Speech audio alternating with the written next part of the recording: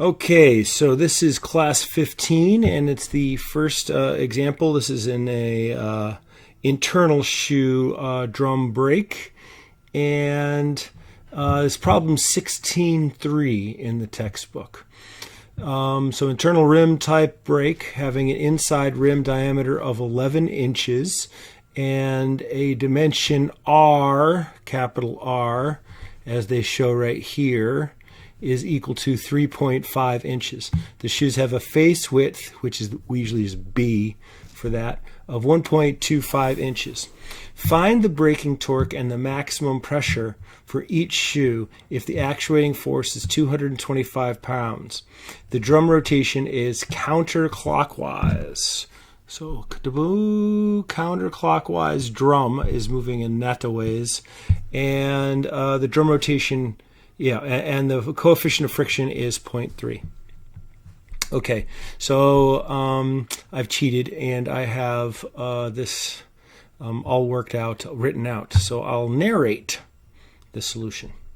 Something we're going to need to know right away.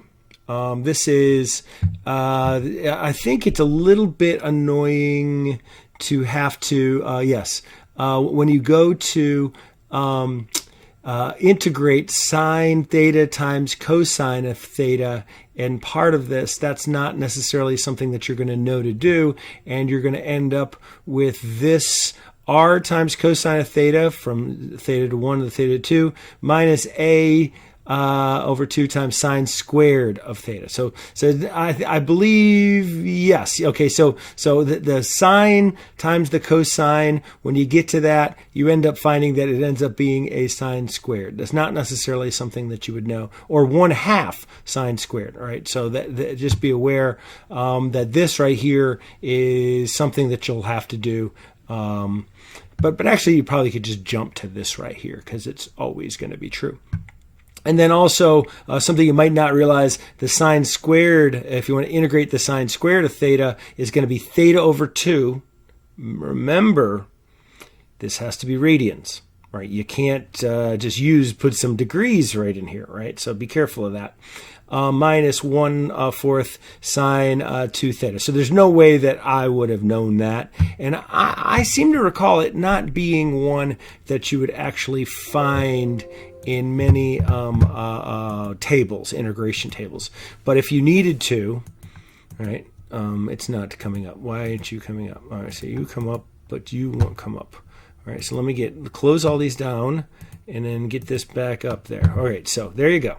For whatever reason, it wouldn't show me the PDF there. But if you come into this example 16.2, that's where you would see it take place right there. They even say integrating gets you this right here. So just be aware that you need to do it. Otherwise, you'll probably be a little annoyed. And be careful with the cosine one, because even if the theta is 0, there still is some terms right there that you have to worry about. Okay. So back on board to our example. It's just being defiant today. Come on. Why? There you go. All right. And you're going to put it... Oh, but I disappeared. Huh. That's no good. I got to be back. Okay. Let's see. It's going to work? Hey, I'm back. Okay. All right. So you're going to need these identities. Now, we got to take a look at our situation and figure out what our terms are going to be. All right. So let's start off with, either way, right here. Here is going to be a pin right here. So we're going to go and we're going to start right here, and we're going to say, and by the way, you should look closely and see that in this case, if this is the spot where we're measuring things from, right here, so theta, at least on the right-hand shoe, I'm not sure which one I do first. I think I do the left-hand one first, but either way, we end up with the same thing because it's symmetrical, right? So For the left-hand shoe, we could say theta begins there. On the right-hand shoe, we could say theta is being measured from here. It's always based on the pin, right? So we notice you have to look closely in there, and you can see that the pad starts at the pin. Therefore, in this case, and it's only this case, right, we want to make sure that we're not extrapolating over this to other problems. Theta 1 is equal to 0. All right. And we take the equation that we had, and we know that MF is equal to all of this stuff, which are all constants right in here. And but one of the things we don't know, and this is the key to the solution strategy here, we don't know what that maximum pressure is going to be. And you go, what do we do about that? Well, let's keep it as a variable for now. But we do have the rest of these things: the coefficient of friction, the face width, or the width into the page of the drum, or really it's the pad that we care about. And then we know the radius, okay, and that's the radius of the drum. Be careful, that's the radius of the drum. And then we have sine of theta A. Right, so we're able to figure out, but let's take a look right here. We can see that the pad extends 120 degrees. So this is a long shoe, right? So that's something that we know. And if that's the case, theta A has to, for a long shoe,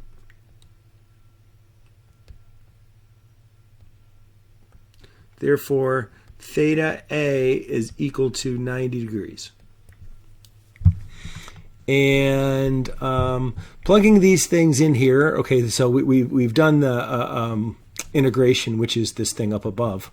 We're able to stick some numbers in here. 0.3, we don't know PA, 1.25 that we're given up here, we were told that, whoop, I don't need that. Get down, where are you going? Oh, there you go. All right, that scared me for a minute. I didn't know how I was going to get rid of that. I'm scared. That was a big picture of me. It should scare anyone. 1.25, yeah, right up here, and 5.5 because it's 11 inches, right? So it's the drum's radius is 5.5, and then sine of 90 degrees. Okay, we're good with that. And sine of 90 degrees is equal to 1. That's good.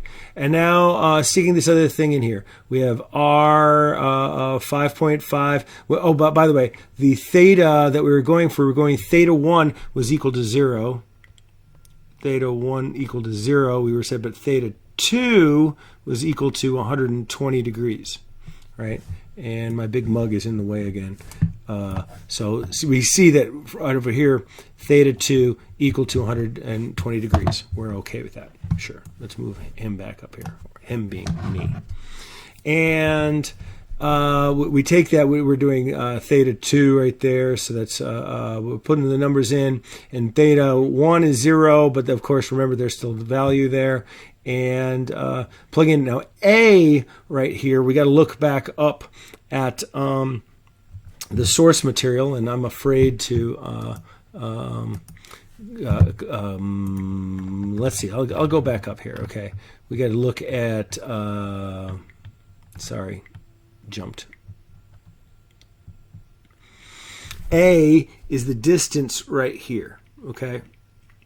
A is the perpendicular distance from the center to the pin. All right, so going back through all of this, we see from here that that's going to be the same thing. Is it? I said it was the perpendicular distance, but I think I lied. I think it should be 3.5. Yeah, it's 3.5. So let me go back and double check why that is, okay, in terms of the source of this thing right here. Okay, no, it is the radial distance right there. Yep. Right. So you got to be careful with these things. I jumped ahead and I said it was this, it's the radius. Yeah, it's the radius to the pin. Right. So there's two radii. One is this A, and that's from the center to the pin, and the other is from the center to the drum. Okay. And with all of that and not knowing PA, we have 14.31 times PA is going to be the moment due to friction. And similarly with MN, putting all that other stuff in there and doing the integration up above. And we note right here when we're doing this portion right here, that theta over 2, that we're using radians, right? So that's why my pi over 180 turns that 120 into radians, and we're okay with the 0 in there. And we end up with 30.41 times PA is going to be the normal. So the normal is going to be larger than the friction moment. And this is going to be true for the left shoe and the right shoe because they're mirror images of each other. All the things, same things still apply that we would get there. The thing that's going to be different is the sense of the rotation. Remember that this thing is rotating counterclockwise, right? So when we go to place that onto this, and it's going to be the drum force on the shoe, right? So on the left, remember, we're counterclockwise. So that drum is pushing downwards for the friction along there. And for over here, remember, counterclockwise, that means that the force of the drum on the shoe is in that away's direction. That free body diagram, it tells us which way. A dimension that sometimes is challenging. This one's not too terribly bad, but we want to get this dimension C, which is because that's going to be like the moment arm of the actuating force, that dimension. And so if you take a look at this right here, we're given R here, but we really need this dimension right here, and we need to double it, right? So because this is going to be the total dimension C that's coming across this right here. So they end up finding that for that's going to be, what does it say down here? 30 degrees, right? So we end up finding from this orientation right here, this 30 degrees, it's going to be right in there. So we find that the cosine of this distance R right here, the cosine of 30 times that distance R is going to give us 1/2 of the thing. So that's why that C is equal there. So it take a little moment when you're figuring that out to get double check that you're getting the geometry the right way, because it depends on the configuration of the pin. So we get 6.062, and by the book gets this wrong sometimes in some of the, it was really frustrating for some of the solved problems that they have. So we take the sum of the moments about the pin. For the left shoe, that's going to be FC, right? That's the actuating force times that distance C, and it's going to be counterclockwise, right? So because that force right there is going to be counterclockwise. So you can see that MN is going to be, MN is clockwise here though, right? Yes. So that force right there is causing a clockwise, so that's negative. But F is counterclockwise, the moment due to the friction. And so we end up with A minus. So this tells us that this is self-energizing. And we could plug some numbers into there, and lo and behold, we're able to solve for the pressure. All right. So that was our big thing that we had to do. That the maximum pressure, this is the maximum pressure that's going to take place in there, is something that we didn't know. But it makes sense that it's going to be a function of the actuating force, right? That you need to know the actuating force to know what the maximum pressure is going to be. It also makes sense that it's not going to be the same maximum pressure in the left shoe as the right shoe, right? But before we get there, we could figure out what the torque due to the left shoe is going to be. Well, how much torque is going to be caused by that? Now that we know the pressure, we're able to find that torque. And plug in some numbers in, we're able to find how much actuating torque is being applied to there. So that's the amount of torque that the friction allows us to place on the drum to try to get it to stop. And on the right shoe, we do the same thing. Some of the moments are at the pin, but in this case, the force, right? Actually, I think I'm doing this wrong. I'm a little concerned this should be negative right here. And okay, so and this guy right here, he should be positive, right? Because this guy is the moment due to that force in the n direction, and this is also that one is. So look at that. I found one wrong. And did I write it onto my? I didn't write it on here. I didn't catch this before. Darn. How many times have I delivered this wrong? Anyway, one of the little. See, what I do is I write all this out and I put these little blank white patches on here, and then I have them disappear as part of my animation. So I accidentally, there should be a C right there. There will be in a second. And I plugged the numbers in, and you could see that the number on the bottom for C was supposed to be 6.062, and I'm able to get the pressure. So it's going to be a lower pressure, because it has the same actuating force, and you'd have the same actuating force if you had like hydraulic cylinders that were on that were being actuated with the same, or if you had some kind of mechanical lever that was pushing these two out from each other. They wouldn't necessarily have to be the same actuating force, but typical problems they are the same actuating force. And then you were able to plug it in and get for the torque onto the thing, and you'll see that there's going to be a lower amount of torque because there's a lower pressure. The right shoe just isn't as effective as the left shoe. The left shoe's, because of the direction of rotation, it has self-energizing traits, and therefore has a higher torque. And you get the total torque, and voila! Now we know what this drum brake does. And that's the end of our video. If I made a guitar solo thing right now, but I don't have, I took that guitar and I put it away. But I could put this guy right here. All right, so, but if I do one every time, you're going to expect it. And what fun is that if you expect it every time? And I think, what happened to my cable? There's not really a bass amp setting on this. By the way, this is an off name. Well, it's not off name. It's the, I'm trying to remember, I think it's a Sterling. All right, so I put duct tape or a gaffer's tape actually over the name of the thing. But this model is like what a Music Man, one of the Music Men, I think it's a Stingray. But it's a lesser one. But it was black, and I liked it. But the Stingrays are expensive, too expensive for my taste here. But let's see. We'll put it on here. I have it on a compressor, and I have it on a tube preamp.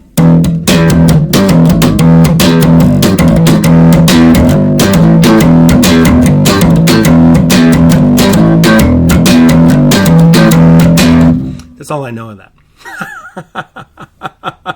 But I like slapping and popping.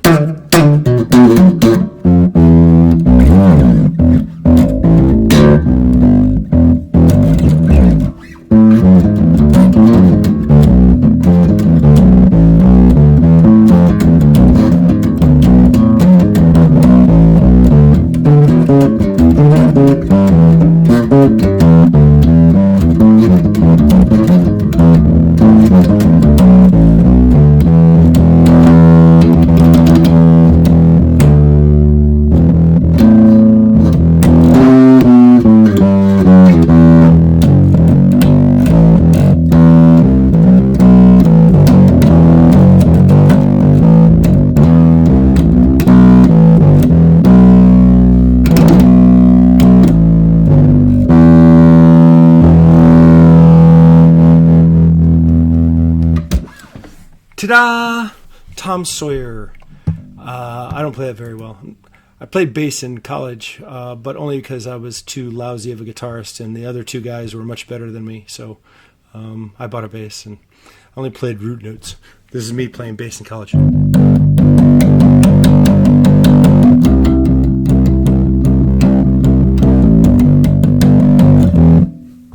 I have a collection actually of videos that I put together, and I put them into Blackboard, but they're hidden from you.